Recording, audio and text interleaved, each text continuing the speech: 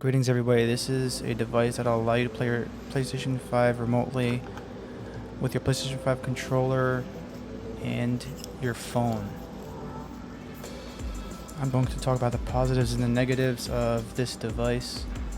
Starting with the positives, this is a good solution if you're on a budget. You can get this for under $20. This is a good alternative to the backbone. This particular device comes with a phone stand as well if you don't want to use the clip and just want to use your controller and have your phone standing anywhere.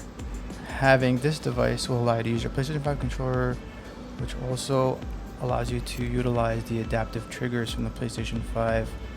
Unlike the backbone, which doesn't have the adaptive trigger technology built into the backbone device.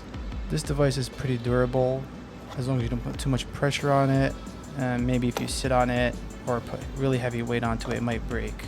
Can most likely withstand a drop from hip level. It's not as flimsy as it might look. Now for the negatives. Screwing and unscrewing the phone mount into the direction that you'd like it every time can be annoying unless you keep it in a particular position and you don't change that position anytime or every time you decide to utilize this device. One of the biggest negatives for me after using it was the phone weight in this particular fashion can cause forearm fatigue. I was surprised at how fast my forearms were fatiguing while playing, because the phone weight can definitely play a big role into how fast your forearms fatigue. Mounting the phone is not so hard. I put the phone mount on first, but traditionally it would be better to put the PlayStation 5 controller in first and then mount the phone afterwards.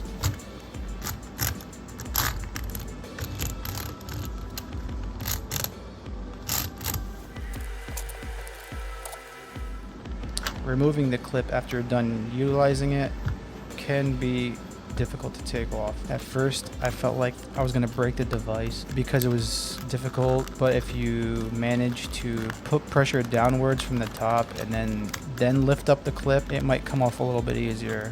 Overall, after utilizing the backbone and this device, I kind of understand going with the design of the backbone. It doesn't cause forearm fatigue like this device does, and it's easy to clip your phone in and out without any screwing and unscrewing. If you have the money, the backbone is probably worth it. If you like mobile gaming a lot and you use your phone for remote play, definitely worth checking out the backbone.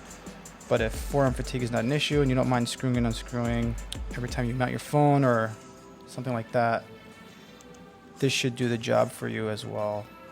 Let me know if this is a device that you'll be looking to go for, or what you think between this device versus a backbone, which comes in at around $100.